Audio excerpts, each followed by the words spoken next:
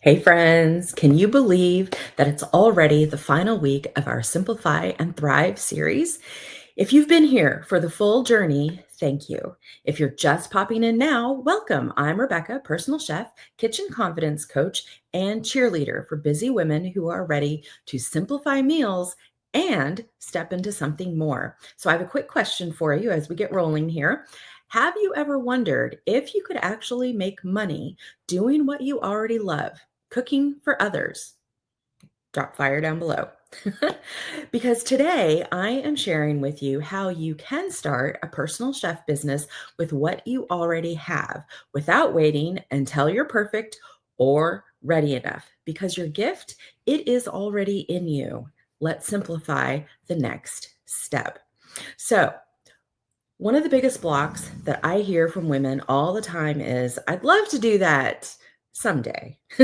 Here's the truth: you don't need a website these days. You also don't need a logo or a culinary degree or even a full blown business plan to start.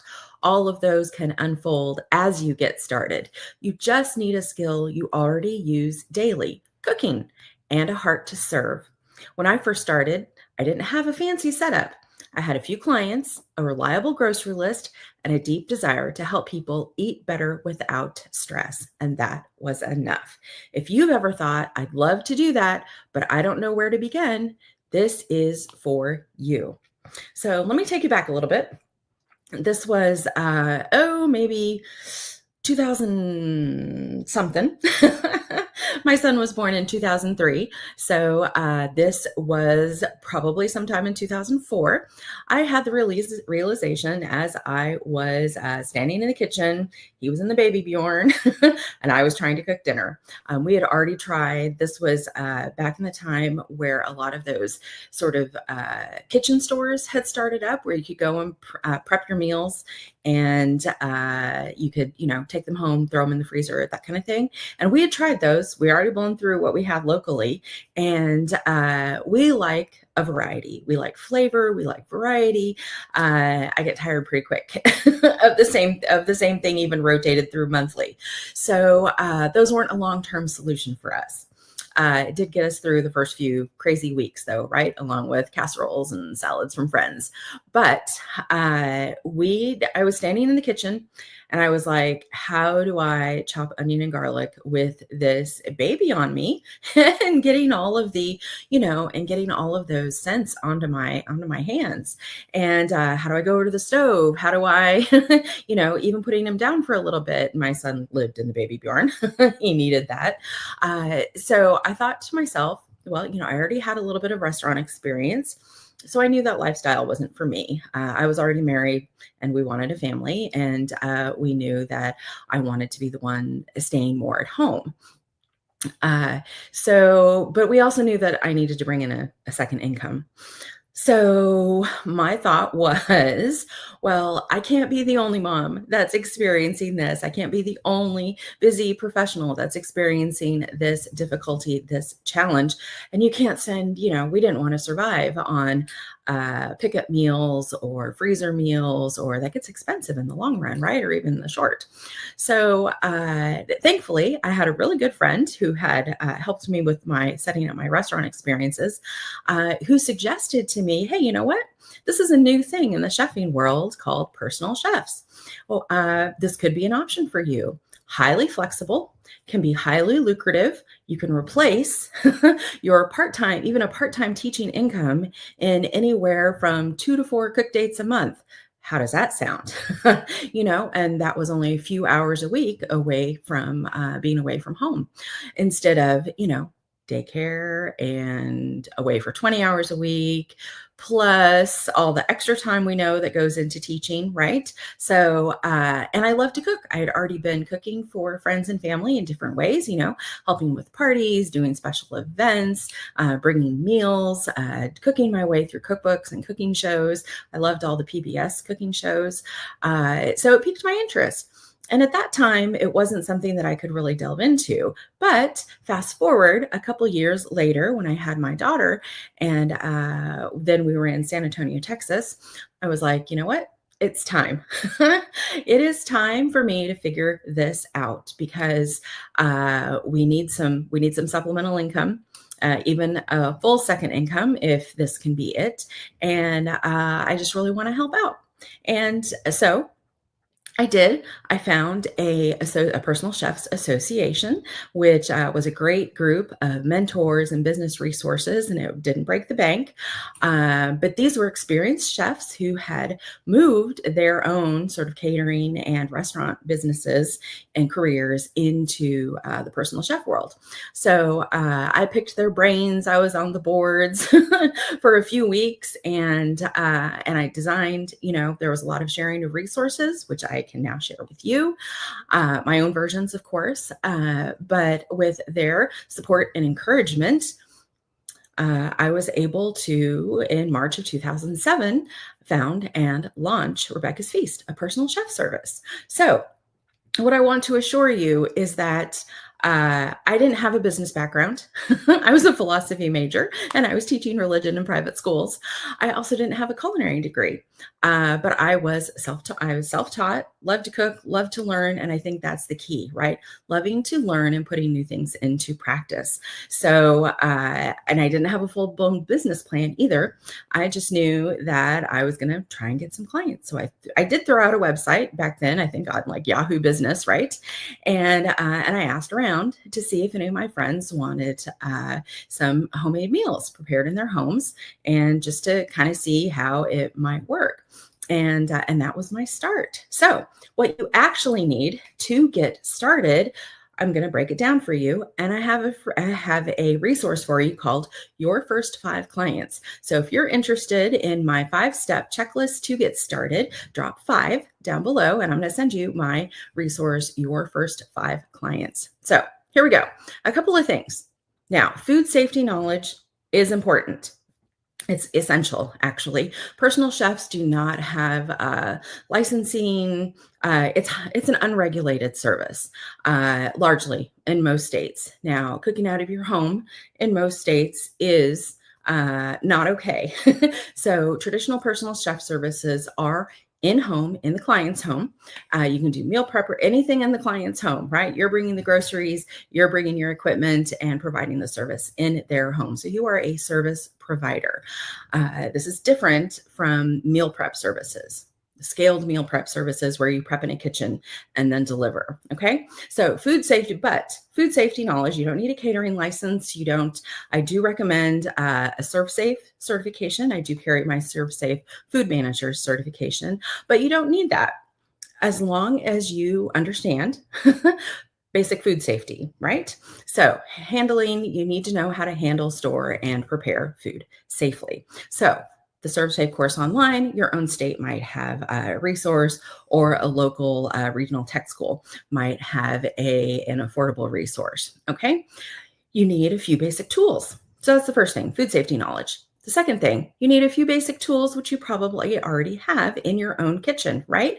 A good knife, cutting boards, pots, pans, sheet trays, storage containers, and cooler bags, right? Because if you're going to transport groceries from the grocery store to your client's house, and we always shop on the same day as the client because this is not a catering service. There is no, you don't have to carry a commercial license for this. You're you're providing the service in your client's home. So you do need to be able to transport in small coolers or cooler bags the groceries to keep them at temperature, but you don't need to invest in fancy gear. You just need tools that help you do your job well. And I've even had clients who are even prefer me to use their own equipment in their own homes, which makes it even easier. I don't have to haul all the equipment, right? So the third thing is you need to ask yourself, who is it that you want to serve as a personal chef? You need a focused niche. So it might be busy moms like me and you, or it might be families with food allergies and sensitivities, or it could be elderly clients who need nourishing meals but don't cook anymore. It could be medical needs clients or weight management needs clients. The possibilities are endless almost. Okay. But the key thing to remember is that these are personal services offered in home. And so your first 5 clients, reach out to friends, Neighbors, even local groups, moms groups are great to start with. Offer a test round, ask for referrals, share what you offer in a way that speaks to their pain point. No more dinner time stress, right? I mean, the age old question, what's for dinner? Right? So, no more dinner time stress, or fresh meals they don't have to plan, or peace of mind knowing mom's eating well, right? I think I've had since 2007, I have had clients in pretty much any area of life. I have had terminally ill clients. I've had those working with dietitians. I've had families with food allergies. I've had just busy parents. Both parents worked professionally, and they needed to have dinner on the table every night for their 5 kids, and they also wanted to eat well themselves. So the great thing about this, I find, is that you can really tailor your services to each client. You are there to learn to cook for each client separately. So for me, I love that. What bores me to death, actually, is batching meals and doing the same thing over and over again. I also dabbled in scaled meal prep service for a few years, which because I needed, just because of how much commuting and all of that family life and school life with the kids was a little crazy there for a while. So I did need to pivot my service a little bit, but traditional in-home services to offer are flexible, only a few hours a week per client, between menu prep, between groceries, and it can be highly lucrative. Again, I was able to replace my teaching salary with only a few cook dates a month. So just the saving on time, time, stress, and energy, that was all worth it, absolutely, for us. So real life, how are moms using chef services? Busy parents and professionals, how are they using these? So a personal chef, there's a misconception about personal chefs. We're not private chefs. That's different. Personal chefs aren't just for the wealthy or for the fancy folks. Here are 3 real ways that families are hiring personal chefs today. So the main difference between personal and private chefs, right? Private chefs are one client only, and personal chefs take on several clients in a month, usually only one a day. That way you can focus. I mean, it is concentrated time for one client, and if you get busy, there are other personal chefs who have expanded their service to have a team of chefs, and that's a whole different business model. But we're sticking with the easy, the flexible, and the simple to get started. So real families, real moms that I've worked with have used personal chef meals for busy weeknight relief. Working moms and dads who just want to walk through the door and know that dinner is done without takeout. And I did this for my own family for quite some time, for many years, to get us through those busy nights during the week. And we were commuting a lot for activities and school as well. Another popular way to use a personal chef service is for support after birth, or after giving birth, or after surgery. So new moms or medical patients, elderly parents, families dealing with illnesses who need nourishing meals and peace of mind, right? So even if you're getting those healthy, quote unquote, meals from the frozen section, they are still higher in sodium and other ingredients that you might not want to be putting into your body. And special diet support. This is a huge niche for personal chefs. Families that are navigating allergies, autoimmune issues, dietary needs like gluten-free, dairy-free, you name it, need someone who understands and can prepare meals safely. So as a personal chef, my scope is meal preparation. I do have a nutritionist certification, so I can educate, I can support, I can encourage, but I cannot prescribe, and I can't diagnose, and I can't prescribe. So those would need to be through a dietitian or a doctor. But all of this, again, is also covered in your intake, your new intake for a client. We do a very specific needs and preferences questionnaire, so that way you can really dial into what it is that each client enjoys. I like to start with a new client's favorite 3 meals, my version, just to get us started. So your skills could truly Be the answer to someone else's stress. And that's what I want you to hear. This is a service. This is about serving others with your gifts and your talents. So, which of those client types do you feel most drawn to serve?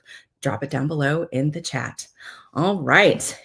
I could go on all day. I love this topic, but I want to be mindful of your time, and we will have plenty more time to chat. So if this conversation has sparked something in you, whether it's the desire to get out of survival mode in your own kitchen or to start something meaningful and flexible that serves others, I want to invite you to go deeper with me. Join me for my upcoming free Simplify and Thrive Masterclass.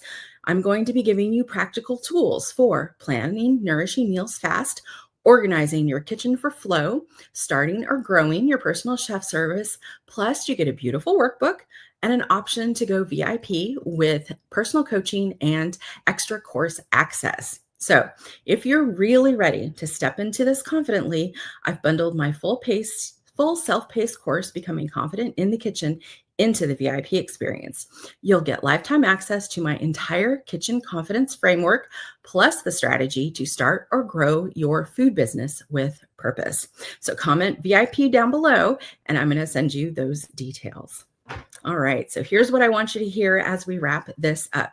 You don't need to be perfect. You just need to start with what you have and trust that your gift is enough. You can simplify your skills, you can share your gift, and you can build something beautiful from your own kitchen. I am cheering you on, and I hope to see you inside the masterclass. Thanks so much for joining me.